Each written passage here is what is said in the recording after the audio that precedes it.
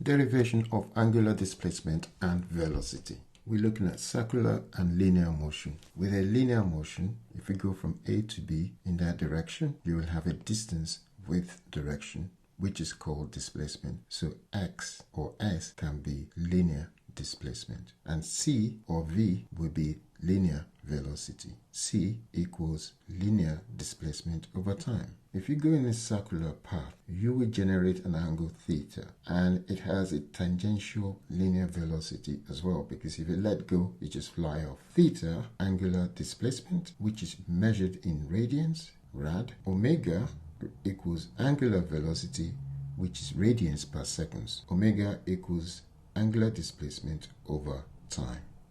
Angular velocity equals angular displacement over time.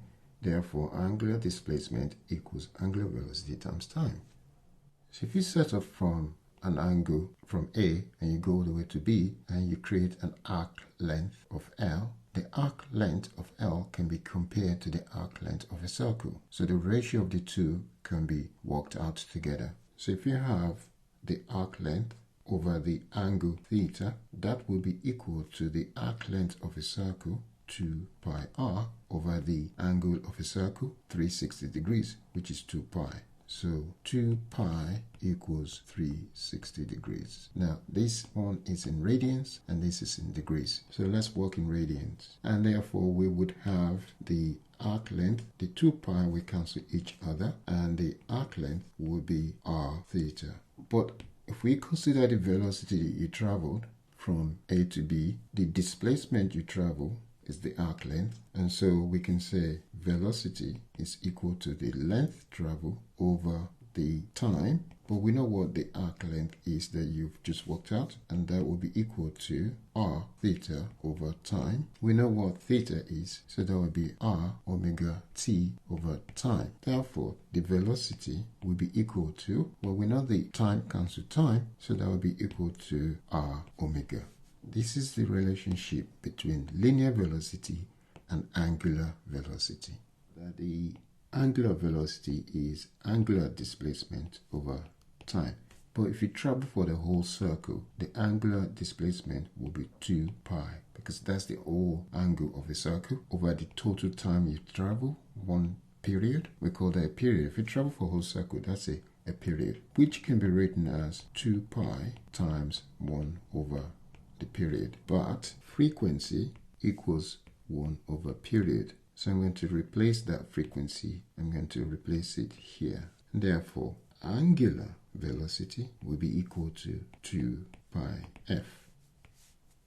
We know that theta is omega t, and omega is 2 pi f, f the frequency. But we also know that c equals f lambda. Lambda is the wavelength, and therefore we can make f the subject, c over lambda, and I can then take that and put it back into the equation here. That will be 2 pi c over lambda. But we also know what c is. C is equal to x over time. That's a linear velocity equals displacement, linear displacement over time. And if I can replace that there, so I can now have 2 pi over lambda times c, which is x over t. Let's call the 2 pi over lambda k. So that will be kx over t. Now that's what theta is. So I can put it back into the equation here. Omega is kx over t. So I can write that as kxt over t, and that equals kx. So what we've come to is theta equals omega t, which equals kx. But if I move that to the right hand side, I can have theta equals kx minus omega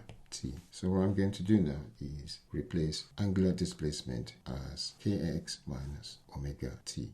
So angular displacement can be written as kx minus omega t. If I have a wave equation in one dimension, x and t, that will be equal to e to power I theta. E to power of I theta is cos theta plus I sine theta. And this is called Euler formula. And so I can rewrite the wave equation for one dimension as e to power I into bracket kx minus omega t. This is the function that we differentiate to get a Schrodingham equation. We know that angular displacement equals kx minus omega t, where k equals 2 pi over lambda. And from Louis de Broglie, so Louis de Broglie of matter wave proposed that lambda equals h over momentum, which is h over mv.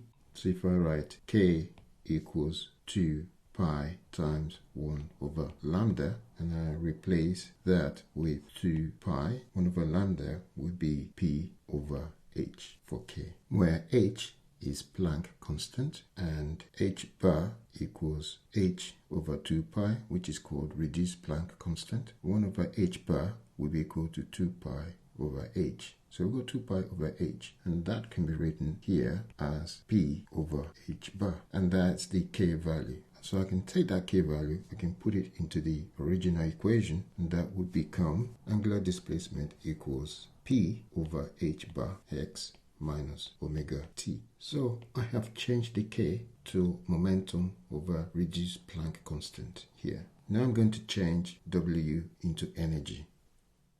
So now angular displacement equals to px over h bar minus omega t. But in 1900, Max Planck and 1905, Albert Einstein proposed that energy equals hf. Therefore, F equals E over h. Now I can replace F with E over h here. And so that would be equal to 2 pi E over h. We know 2 pi over h is 1 over h bar. So that would be E over h bar. So now I can replace omega here with E over h bar here. And then we can write px over h bar minus et over h bar. H bar is common, so I take 1 over h bar out, so I get px minus et.